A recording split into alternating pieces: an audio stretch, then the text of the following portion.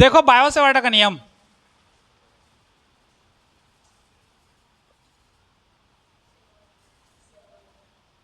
Heading डालो, चलो नियम है। नियम तो हम बना भी सकते हैं, तोड़ भी सकते हैं, लेकिन बायो एक ऐसा आदमी है। हो गया बायो सेवर्ट का नियम, हुआ वो बबली? इतना भी जोर से नहीं बोलना था। आर्स्टेड के प्रयोग से हम लोग को क्या पता चला कि धारावाही चालक के ओर उत्पन्न चुंबकीय क्षेत्र का अस्तित्व होता है। मतलब अगर किसी चालक में धारा प्रवाहित करें तो उसके चारों ओर चुंबकीय क्षेत्र क्या होता है, उत्पन्न होता है। मतलब वो चीज़ सही है कि विद्युत धारा और जो मैग्नेटिक फील्ड है, चुंबकीय क्षेत्र, ये लगभग लगभग आ जाते हैं, सिमिलर है ना दोनों में। और इस चुंबकीय क्षेत्र की दिशा हम लोग किससे ज्ञात किए? दाएं हाथ के नियम से, दाएं हाथ के नियम से ज्ञात किए ना। उसके बाद आर्स्टेड की खोज से कुछ समय पश्चात दो फ्रांस के वैज्ञानिक आए, है ना, बायो और कौन थे? सेवर्ट थे। इन्होंने जो धारावाही चालक में हम लोग धारा प्रवाहित करते हैं तो जो चुंबकीय क्षेत्र उत्पन्न होता है, इसका मापन करने के लिए एक नियम प्रतिपादित किया, जिसको हम लोग क्या कहते हैं? बायो सेवर्ट का नियम कहते हैं। हम लोग को पता चल गया कि किसी चालक में धारा प्रवाहित करे तो उसके चारों ओर क्या उत्पन्न होता है? चुंबकीय क्षेत्र उत्पन्न होता है। लेकिन उस चुंबकीय क्षेत्र का मापन कैसे करें? तो इसके लिए बायो और सेवर्ट दो फ्रांस के वैज्ञानिक थे, जो ठीक 1820 के बाद ही आए, आर्स्टेड के बाद ही आए। और आर्स्टेड का प्रयोग से जब आर्स्टेड ने यह सिद्ध कर दिया कि किसी चालक में धारा प्रवाहित करे तो चुंबकीय क्षेत्र उत्पन्न होता है, तो उसके आधार पर उसने क्या किया, ये बोला कि ठीक है चुंबकीय क्षेत्र उत्पन्न होता है, लेकिन हम लोग अब क्या करेंगे? उसका मान ज्ञात करेंगे, मापन करेंगे उसका। तो उसके लिए दो वैज्ञानिक आए, बायो और सेवर्ट। उन्होंने अपना नियम प्रतिपादित किया, जिसको हम लोग क्या कहते हैं? बायो सेवर्ट का नियम कहते हैं। ठीक, तो प्रश्न पूछ सकता है बायो सेवर्ट का नियम किसे कहते हैं? इसके लिए व्यंजक ज्ञात कीजिए। तो बायो सेवर्ट का नियम किसको कहोगे? धारावाही चालक के चारों ओर उत्पन्न चुंबकीय क्षेत्र का मापन करने के लिए दो वैज्ञानिकों द्वारा एक नियम दिया गया बायो सेवर्ट द्वारा, जिसे ही हम लोग क्या कहते हैं? बायो सेवर्ट का नियम कहते हैं, है ना। चलो लिखो उसी में।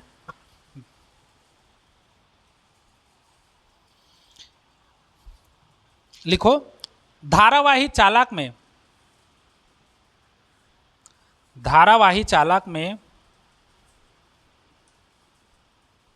उत्पन्न धारावाही चालक में उत्पन्न विद्युत चुंबकीय क्षेत्र, विद्युत आ जाता है, धारावाही चालक में उत्पन्न चुंबकीय क्षेत्र का मापन करने के लिए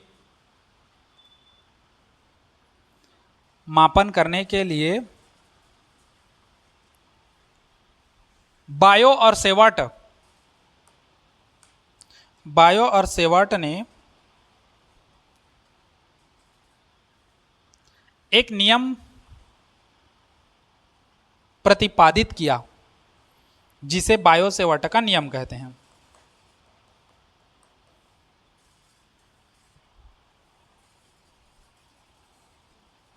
जिसे बायो सेवर्ट का क्या कहते हैं? नियम कहते हैं। हो गया?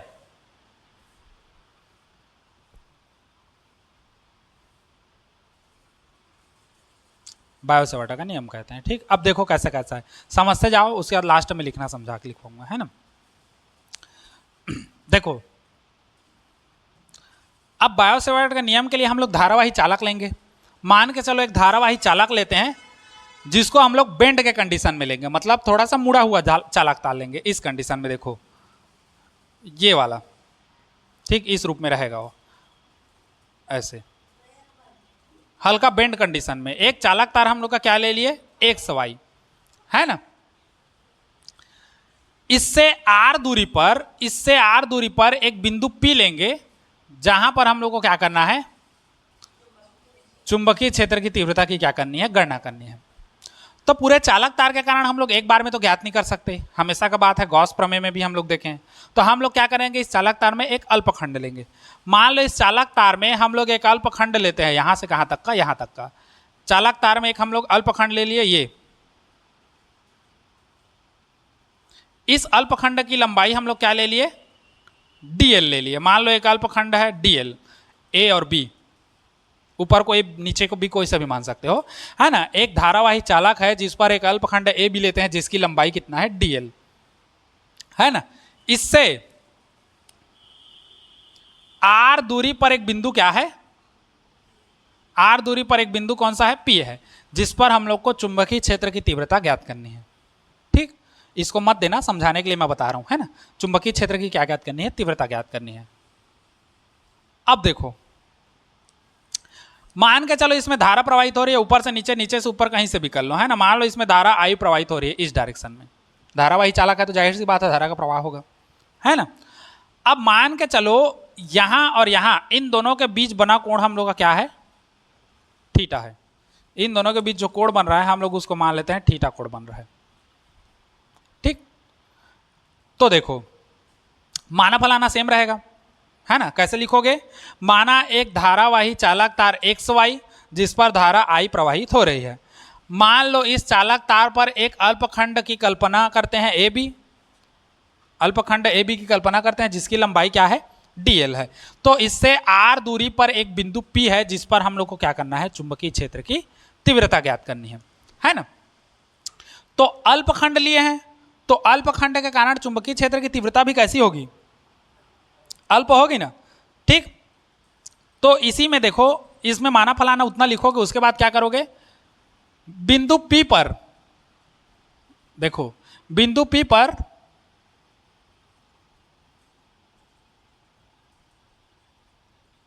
चुंबकीय क्षेत्र की जो तीव्रता है वह निम्न बातों पर निर्भर करती है।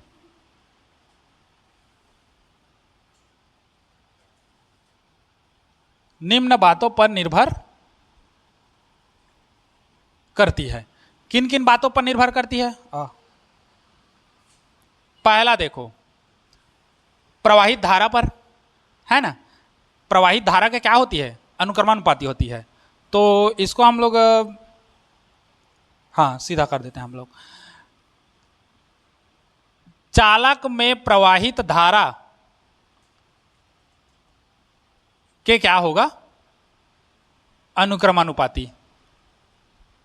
तुम लोग सीधा एक लाइन में लिखना ना, अब मैं उधर और यहाँ पर ऐसे बांट के इधर और लिखवाऊंगा, तो तुम लोग इसको पूरा एक लाइन में लिखना, है ना, मेरे जैसे मत लिखना। चालक में प्रवाहित धारा के अनुक्रमानुपाती, अर्थात हम लोग का क्या हो जाएगा, ये जो dB है ये अनुक्रमानुपाती होगा किसके, I के, यहां पर dB कर देते हैं। ठीक, क्योंकि अल्पखंड के कारण यहां पर अल्प हम लोग का प्रवाहित होगा, उसके बाद तो पूर्ण करोगे ना। अल्पखंड के कारण क्या होगा, अल्प होगा, उसके बाद हम लोग पूर्ण कर देंगे। ठीक, तो ये हो गया हम लोग का। dB निम्न बातों पर निर्भर करती है, पहला dB अनुक्रमानुपाती होगा I के, है ना। अर्थात कहने का मतलब क्या है, अनुक्रमानुपाती है मतलब I का मान बढ़ेगा तो चुंबकीय क्षेत्र की तीव्रता भी क्या होगी, बढ़ेगी। कहने का मतलब है यदि इस चालक तार में मैं जितना ज्यादा धारा प्रवाहित करूंगा उतना ज्यादा उसके आसपास क्या होगा, चुंबकीय क्षेत्र उत्पन्न होगा। जितना कम धारा प्रवाहित करूंगा उतना कम चुंबकीय क्षेत्र उत्पन्न होगा, और जितना ज्यादा धारा प्रवाहित करेंगे उतना ज्यादा चुंबकीय क्षेत्र उत्पन्न होगा, है ना। पहला चीज ये हो गया, समीकरण मान लिया इसको क्या, पहला। दूसरा,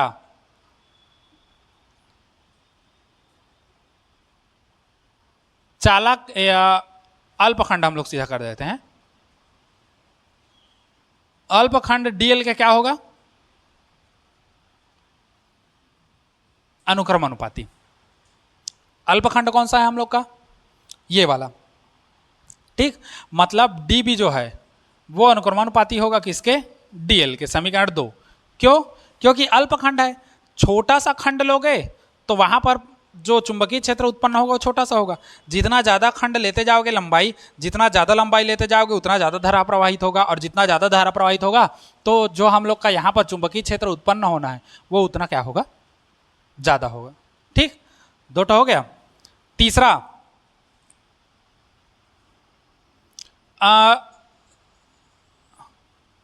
दूरी के वर्ग के व्युत्क्रमानुपाती होगा।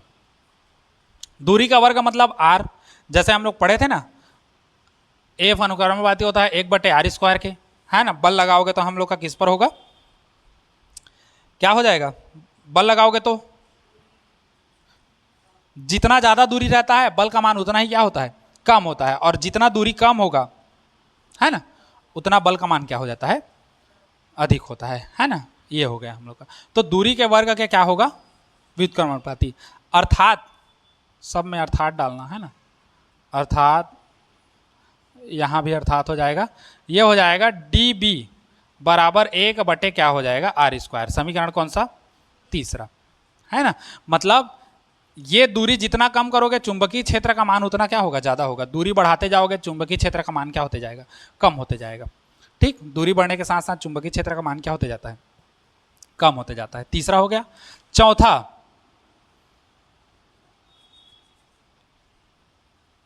साइन थीटा के क्या होता है? अनुक्रमानुपाती, है ना। अर्थात डी बी अनुक्रमानुपाती होगा क्या? किसके?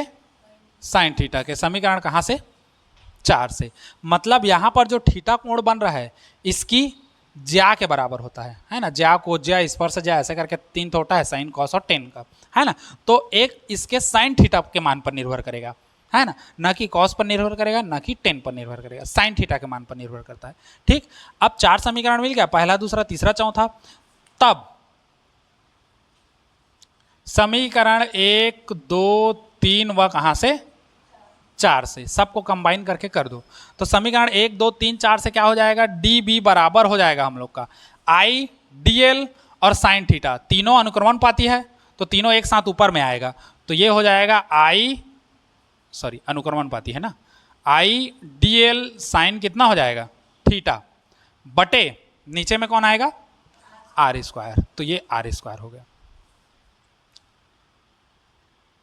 ठीक, अब अनुक्रमानुपाती हटाओगे तो एक नियतांक लगता है, डी बी बराबर के into I D L sine theta बटे क्या हो जाएगा? R square. परंतु हम लोग जब प्रयोग किए, हम लोग नहीं किए, वैज्ञानिक लोग किए, तो प्रयोगों से हमको पता चला कि के का मान जो है वो म्यू नॉट अपान 4 पाई के बराबर होता है, जहां पर म्यू नॉट क्या है अभिषेक? म्यू नॉट क्या है?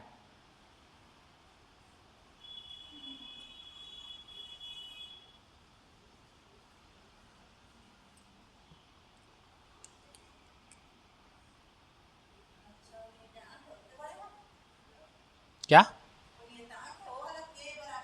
के का मान उतना होता है। के का मान हम लोग का प्रयोगों से ये पता चला कि म्यू नॉट अपान 4 पाई होता है के का मान, है ना।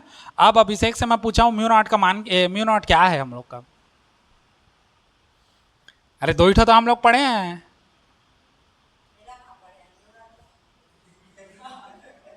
ये पढ़े हो कि नहीं? हाँ, ये एप्सिलॉन नॉट क्या है? वायु निर्वात की विद्युतशीलता है। अब यहां पर म्यू नॉट क्या है? वायु निर्वात की चुंबकनशीलता है। ये दई नहीं, ये समझे इसको?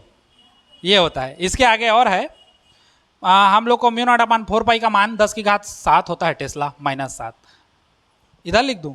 चलो ना, अभी तो और बताना है इसमें, अभी और बताना है। चलो ये चित्र को बनाओ, माना फलाना को मैं बता दे रहा हूं, फिर उसके बाद इसको करना। खाली चित्र को पहले बनाओ। अब देखो इसी में आगे,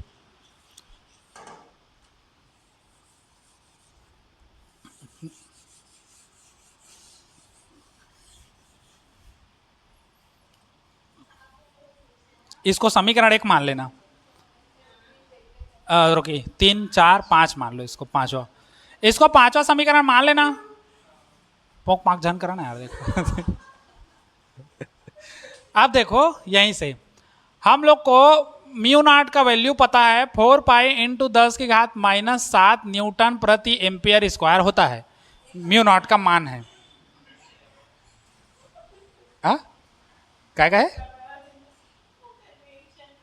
ये म्यू नॉट का मान है। अगर 4 पाई को इधर लाओगे तो बटे में 4 पाई आएगा, मतलब म्यू नॉट अपान 4 पाई का मान इतना होता है 10⁻⁻7, है ना। तो इसी मान को वहीं पर रखेंगे तो हम लोग का डी बी बराबर हो जाएगा 10⁻⁻7 into I D L sine theta बटे क्या हो जाएगा? R square. और ये क्या हो जाएगा? न्यूटन प्रति एम्पियर स्क्वायर, ये मात्रक है ये। ठीक, वैसे भी लिख सकते हो, ऐसे भी लिख सकते हो, दोनों में से कोई सा भी कंडीशन में तुम लोग लिख सकते हो।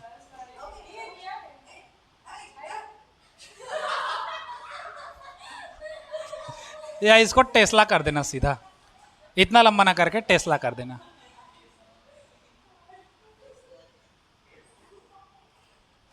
अब इसका मात्रक और विमा देख लो लास्ट।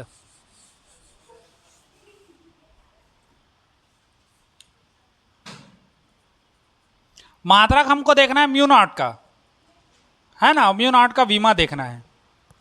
ठीक, तो मात्रक मैं डायरेक्ट बता दे रहा हूं सीधा सीधा। इसका मात्रक होगा न्यूटन प्रति एम्पियर स्क्वायर। ठीक, और इसका जो विमा होगा, विमा निकाल लो। न्यूटन का कितना होता है